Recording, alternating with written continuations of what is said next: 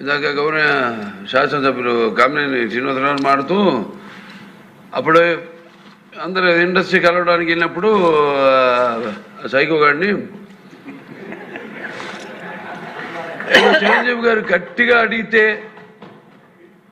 అప్పుడు ఈయన వచ్చాడంది అబద్ధం. గట్టిగా ఎవరు అడగలేదు అక్కడ. అది మీరు అన్నారు ఇందాక, ఏదో గట్టిగా అడిగితే ఈయన వచ్చాడు మళ్ళీ కలవడానికి, లేకపోతే ఏదో సినిమాటోగ్రఫీ మినిస్టర్ కలవమన్నారు అని. ఏంటంటే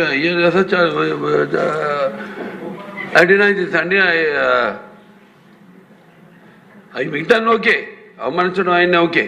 ఏదో ఆయన పెద్ద గట్టిగా చెప్తే ఆయన దిగి వచ్చాడంట కలవడానికి, లేకపోతే సినిమాటోగ్రఫీ మినిస్టర్ కలవమన్నా అంట. మనం కూడా నాకు ఇన్విటేషన్ వచ్చింది ఇక్కడ ఫిల్మ్ డెవలప్మెంట్ ఒక లిస్ట్ తయారు చేయమని. నాది 9వ పేరు వేశారు. అది ఎవరో ఈయన నేను అడిగాను కూడా, దుర్గేష్ గారిని కూడా అడిగాను, గౌరవ సినిమాటోగ్రఫీ మంత్రి కూడా అడిగాను ఎవడో అడి వేసిందని. The respect a human being, even be opposition or us. 9వ పేరు వేశారు. ఇదే అదేదో గట్టిగా ఎవడు అడిగాడు, గట్టిగా అడిగితే పంపించారు లోపలికి, వచ్చాడు ఈడు కలవడానికి. Sorry, I want to clarify this. No, very good, sir. Nonsense. గౌరవనీయ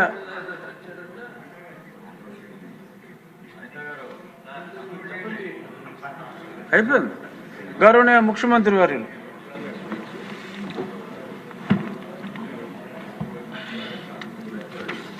అధ్యక్ష,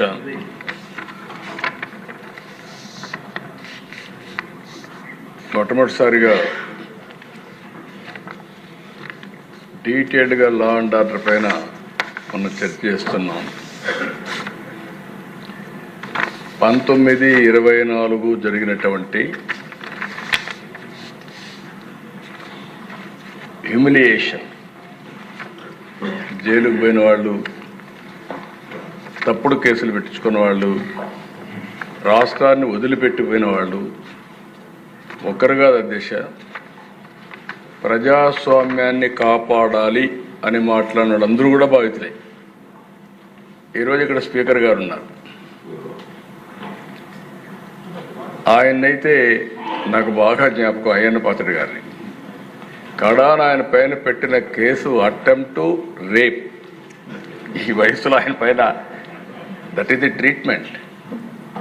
ఆయన ఇంటి దగ్గర అయితే ఎంత భయంకరంగా ప్రయత్నం చేశారంటే, ఇక్కడ ఉండే వాళ్ళందరికంటే 5 సంవత్సరాలు ప్రతి ఒక్క కేసుని ప్రత్యక్షంగా మానిటర్ చేసి, మళ్ళీ నిద్రలేని రాత్రులు, మళ్ళీ వీళ్ళు జైలుకు పోతే బయట వచ్చే వరకు ఇదే పని. అడ్వకేట్స్ డబ్బులు లేకపోతే అప్పులు చేసి కేసులు కూడా వాదించిన పరిస్థితి. ఇలాంటి అనేక అప్ టు సుప్రీంకోర్టు లాయర్స్ అధ్యక్ష అవన్నీ చేశాం. ఇప్పుడు స్పీకర్ గారు బాధితుడే, డిప్యూటీ స్పీకరు బాధితుడే, ముఖ్యమంత్రి బాధితుడే, ఎక్కువండే డిప్యూటీ ముఖ్యమంత్రి బాధితుడే, ఎక్కువండే శాసనసభ్యులు బాధితులే, మంత్రులు బాధితులే. ఎప్పుడు అధ్యక్ష నా మీద ఎవరు కేసులు పెట్టాలంటే భయపడతారు, ఎందుకంటే నేను ఏ తప్పు చేయను కాబట్టి. నా విశ్వాసం ఏంటంటే, నేను తప్పు చేయను, లీగల్గా టెక్నికల్గా పర్ఫెక్ట్గా ఉంటాను. ఎవడైనా తప్పు చేస్తే మాత్రం వాడి గుండెల్లో రైళ్లు బరిగి తీర్చే వరకు, వాడు మారే వరకు వదిలిపెట్టరు. అది నా పద్ధతి, అది చరిత్ర కూడా.